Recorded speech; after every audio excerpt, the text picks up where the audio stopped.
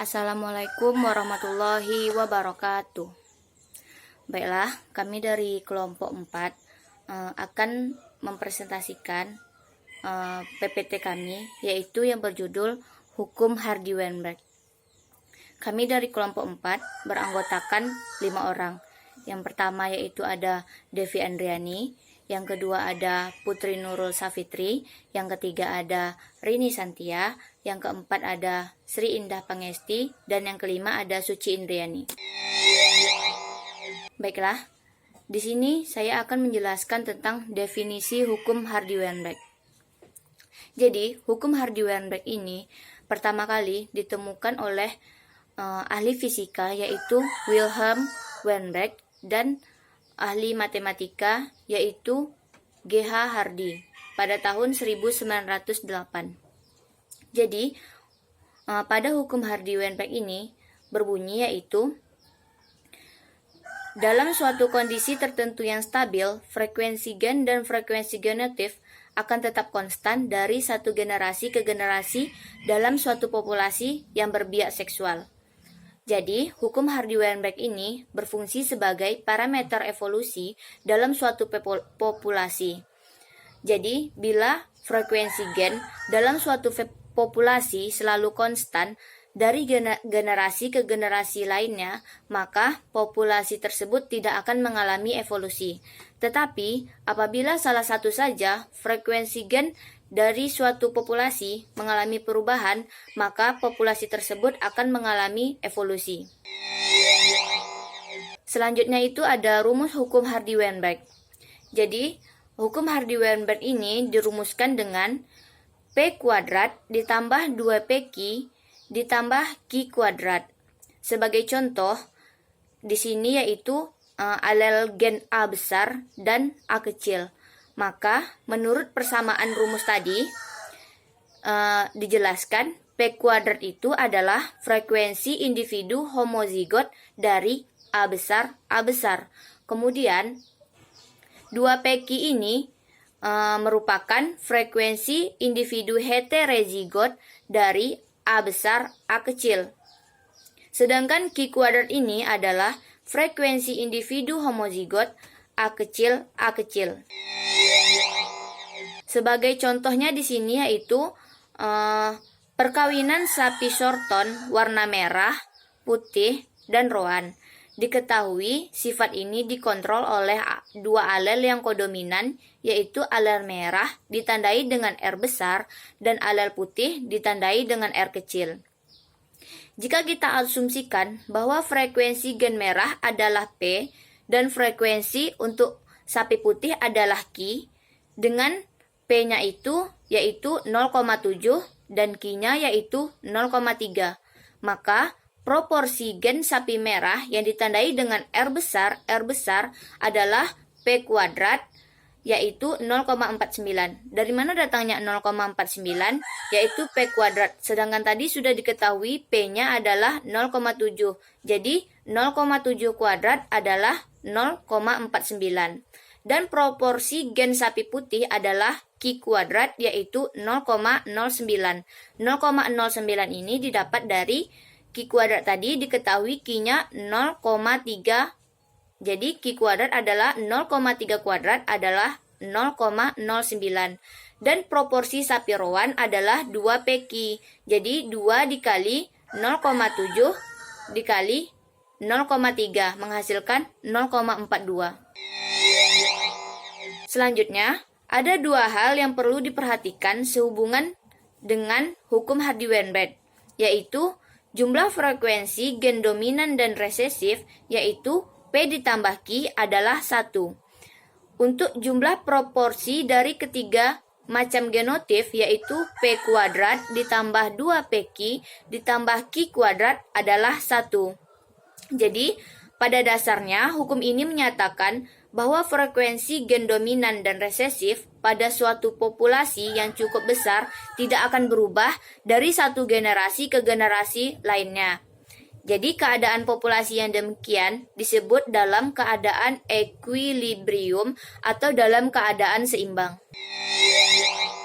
Baiklah, selanjutnya akan dijelaskan oleh Devi Andriani.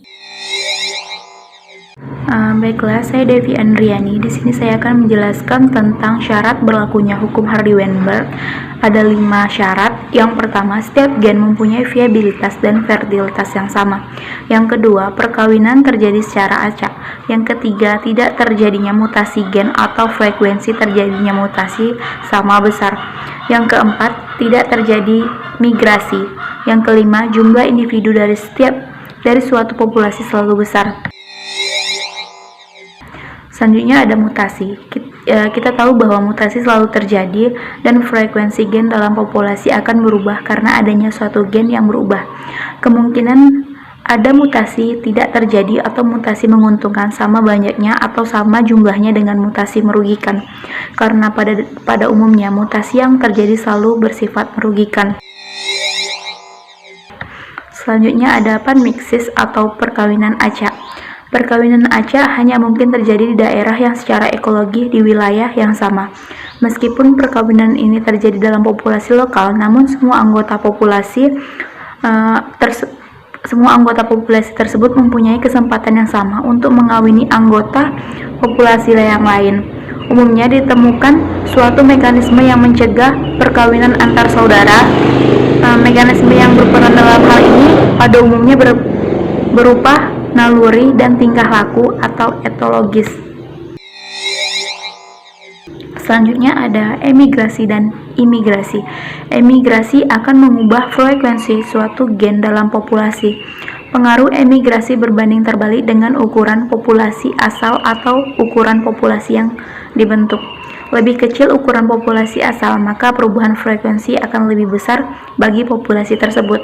Imigrasi tidak dapat terjadi di populasi yang terisolasi, misalnya bagi organisme yang hanya bisa hidup di danau, puncak gunung, atau di suatu pulau kecil yang terisolasi dari daratan.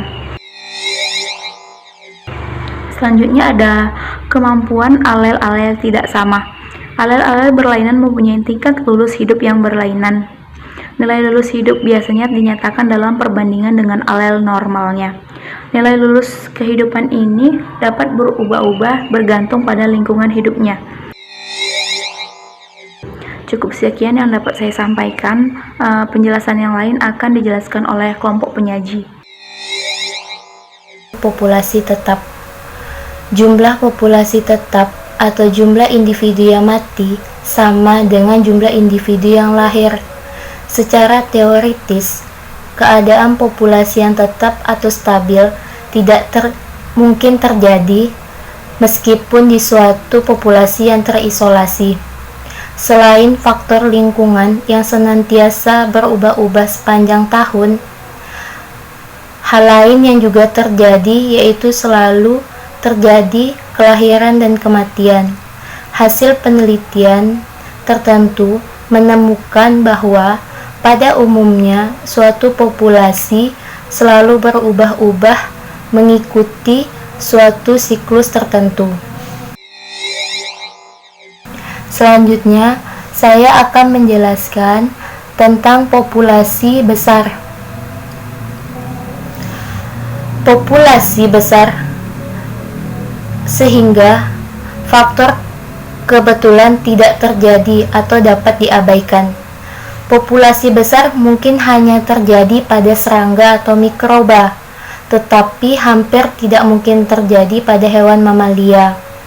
Populasi yang besar erat kaitannya dengan resource atau sumber yang tersedia, baik sumber makanan maupun habitat yang cocok.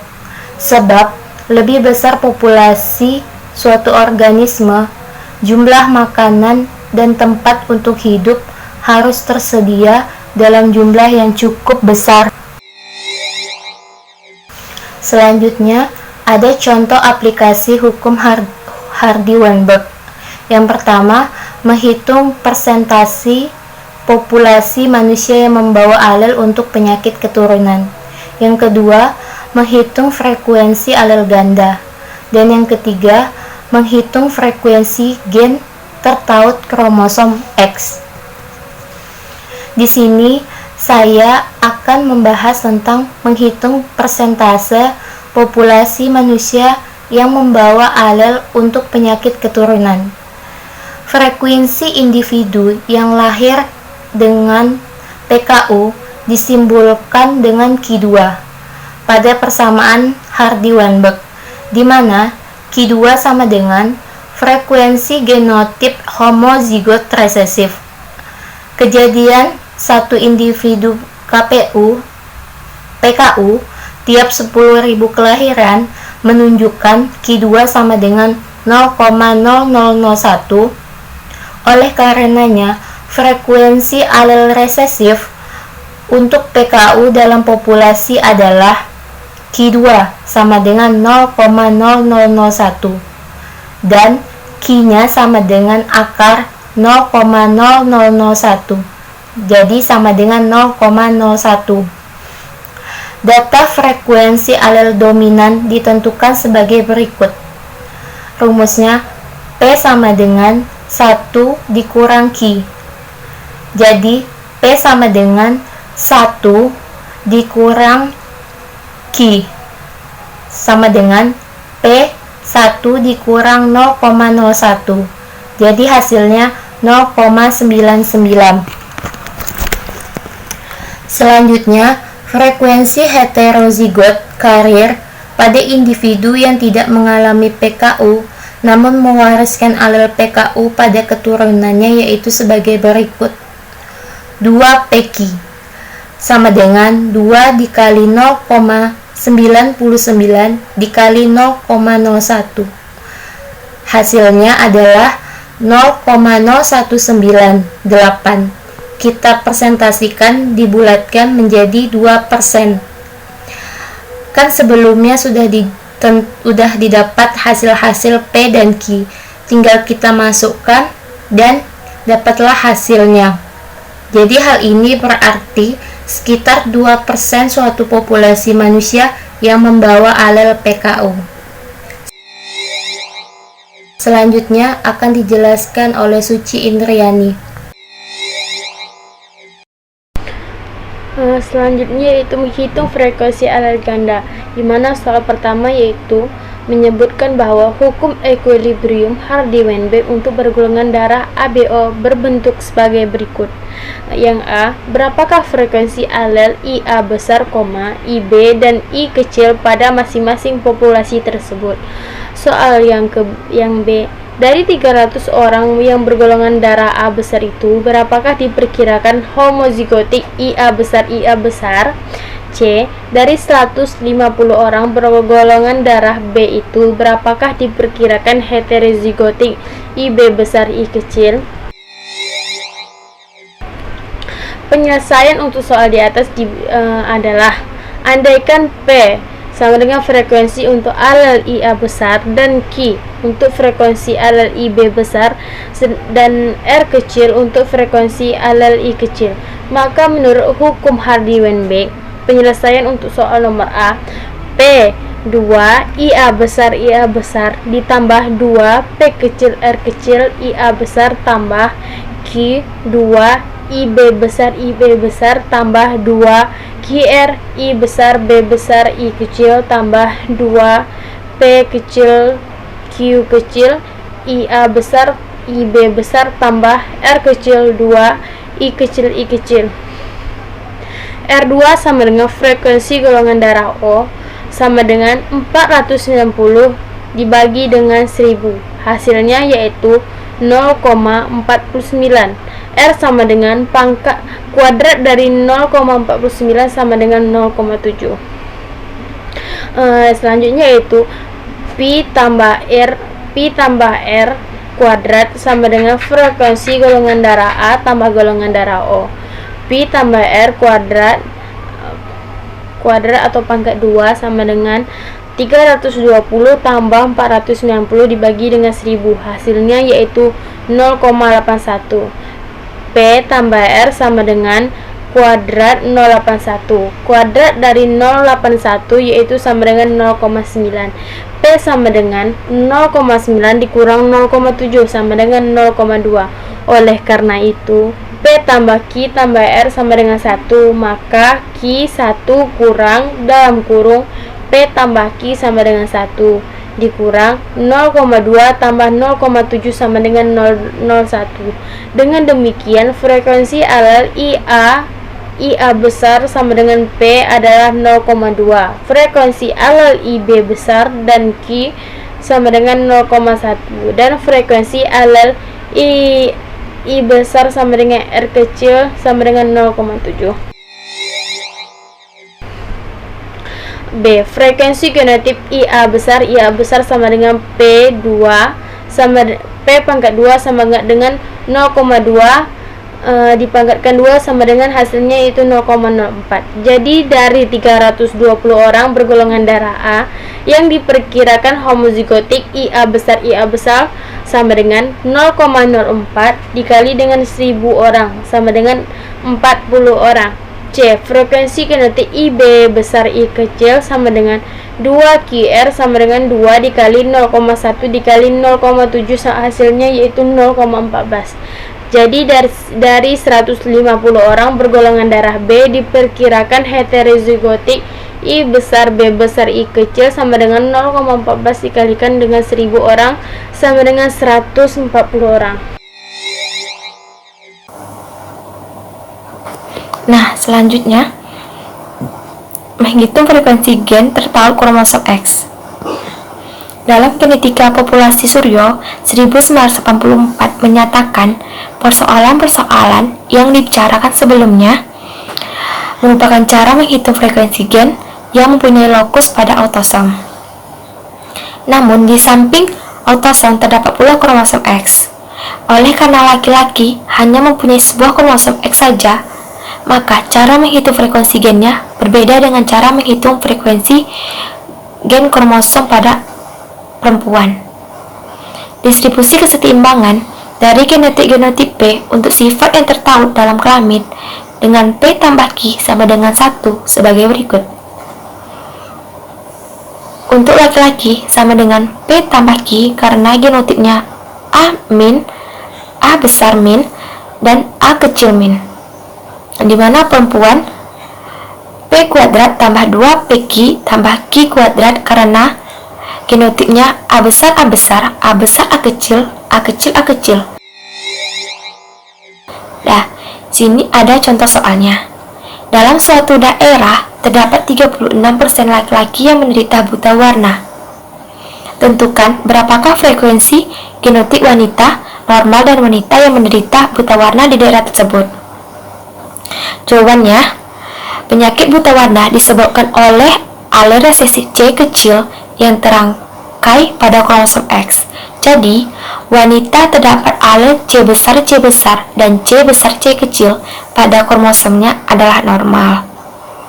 Sedangkan wanita yang memiliki alel C kecil pada kromosomnya adalah pengidap buta warna. Nah, laki-laki normal memiliki alel C besar dan laki-laki yang buta warna memiliki alel C kecil.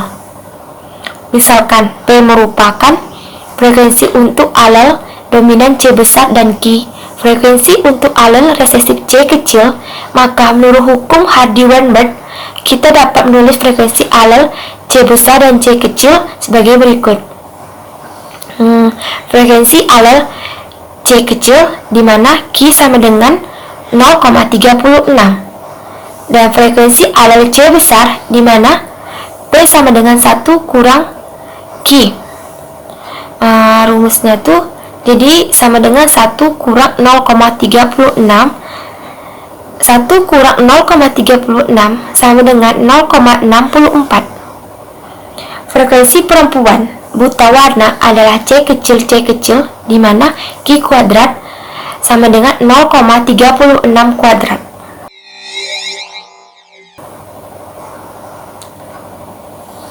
Berdasarkan data di atas, kita dapat peroleh frekuensi wanita normal C besar dan C besar C kecil sebagai berikut. P kuadrat tambah 2PQ sama dengan 0,64 kuadrat tambah 2 kali 0,64 dikali 0,36, di mana 0,64 dikali 0,64 sama dengan 0,4096. Terus 2 kali 0,64 dikali 0,36 menghasilkan 0,4608. Jadi 0,4096 ditambah 0,4608 jadi sama dengan 0,8704. Sekian dari presentasi kami. Bila ada salah kata, kami mohon maaf. Wabillahi taufiq wal hidayah. Wassalamualaikum warahmatullahi wabarakatuh.